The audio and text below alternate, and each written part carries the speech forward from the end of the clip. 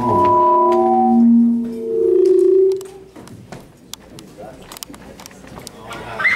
about now? How about now? All right. 1, 2. All right. We'll get it. I'm hard-headed. I won't give up till we do get it. If I didn't have something powerful to talk about and something powerful to say, I wouldn't expect no opposition. All right. We'll get it. We'll get it. All right? Good. Everybody all right? Amen. Anybody in here glad to know that guy, Jesus? Amen. Amen.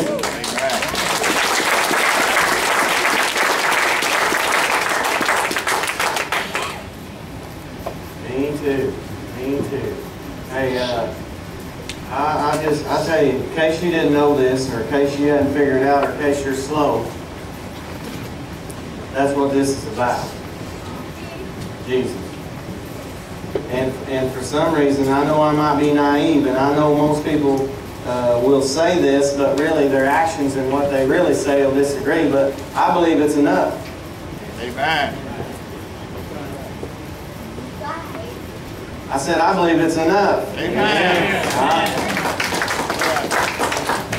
Because you see, the more I got to know Him, and the more that I stepped myself out of religion, and the more I got to know Him, and the more I stepped myself out of religion,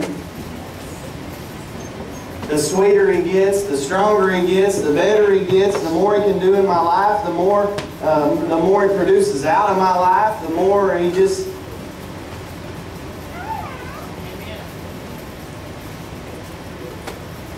I'm just...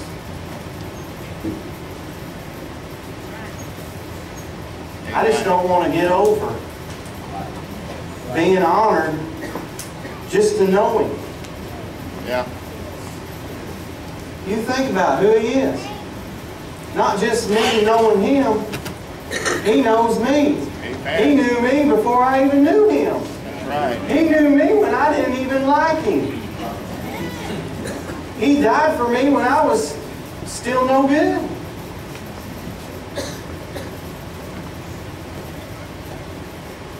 And I just believe He's enough. I know He's enough. Because when I quit relying on myself and my own stuff and my own works and my own goodness and my own religion and started relying on Him, I'm telling you, then life got good and life started getting different, and it just, I can't explain it to you intellectually. It just works. If you ain't met Him, if you ain't tried Him, if you ain't experienced Him, you can. And I promise you, if you do, you won't be sorry.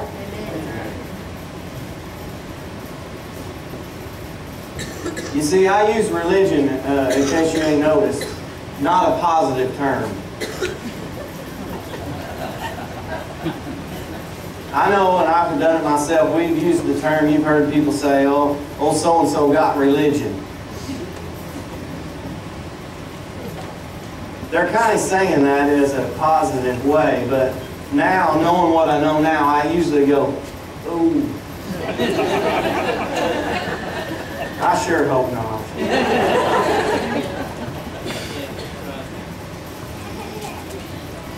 I just want to tell you this tonight. I want to tell you that He is turned up the heat. He has shifted gears. He is doing more. He is wanting His people. He is moving everywhere, not just here. He's saying enough's enough. Let's get to the real thing. We've been playing around. We've been thinking it's about this when it's really about that. And He says, you know what, hey, I'm looking for some people. Come on. Amen. That only Jesus will do. You see, there's some of them, there's some of us that were born pretty good and we've done a pretty good job at outwardly kind of living up to this. I mean, we wasn't perfect, but I mean, we've done a pretty good job at it, you know. There's some people just born honoring, born mean, can't live up to this. No how. But there's some of us that really honestly done a pretty good job at it, outwardly. Huh?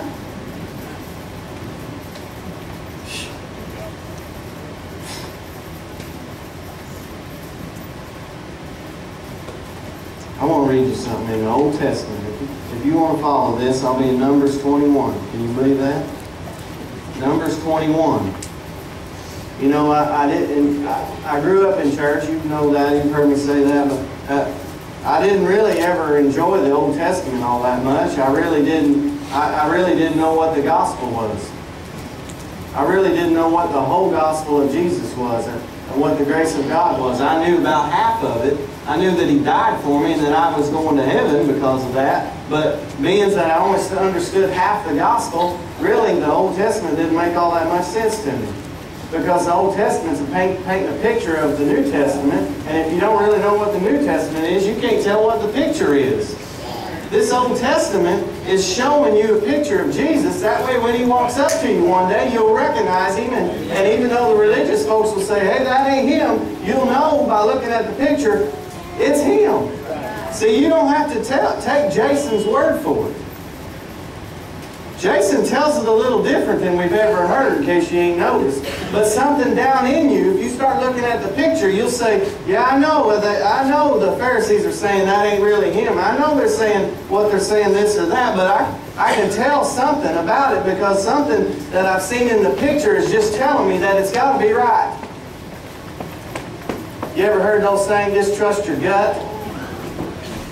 Let me tell you what your gut is. That's your spirit.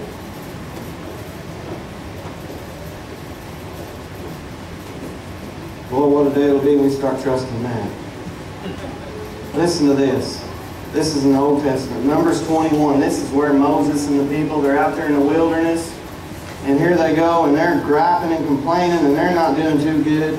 And so, let's see. Let's pick this up in 6. 21:6. It says, so the Lord sent fiery serpents among the people, and they bit the people, and many of the people of Israel died. Now let me sort something out here for you. It says the Lord sent fiery serpents among the people. Before that, it's talking about how they complained to Moses and they're griping and they're, you know, and so here there's sin. They've sinned against Moses, they've sinned against God, and so God sends fiery serpents. Now this is the Old Covenant. Okay? Peter reminds Timothy. Paul reminds Timothy. Rightly divide the word. Rightly divide the word. Now that reminds me, hey, rightly divide the word. We can say, hey, God's sending fiery judgment down on His people. Now this is Old Covenant. God punished people for their sin in the Old Covenant. You're not of the Old Covenant. God punished your sin on the body of Jesus. That's how come you can rest in here tonight. Because if that didn't happen, if you was getting what you was deserving, there was never a cross, and there was never that Jesus died for you, you'd be fighting a fiery serpent. Your sin has to be punished. I'm not telling you that I preach grace. You know I preach grace all the time. I'm not telling you that it's all right to sin. You've never heard me say that. There's a lot of naysayers out there saying, oh, Jason just says everything goes. It's just all right to sin. I didn't say that. Your sin is punished. Your sin got punished.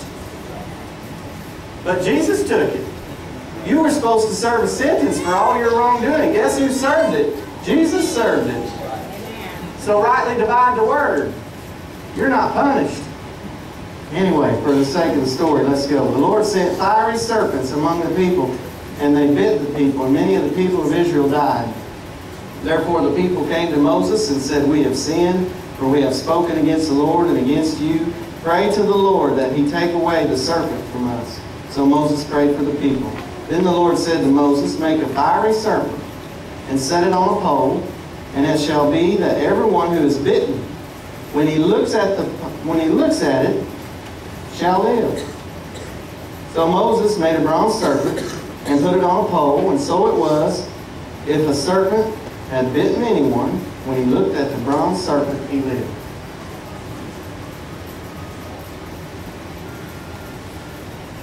Now that's a picture of Jesus, in case you didn't pick up on it.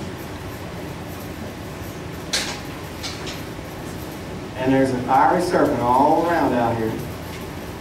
And it's bit every one of us at one time or another, and some way or another, and we've got scars, and we're nursing bites, and the curse, and all that is against us every day. This says if you look at the serpent on the pole, you live. I know people say it can't be that easy. I'm here to tell you it's that easy. Because if your eyes are on Jesus, see, He's the serpent on the pole. That's what they're talking about. It's really Jesus on the cross. If you can look at Jesus, and Jesus is in your eyes, then how could you not live? Life. He says, I come that you might have life. Not that you could have church. He said, I come that you could have life. I come that so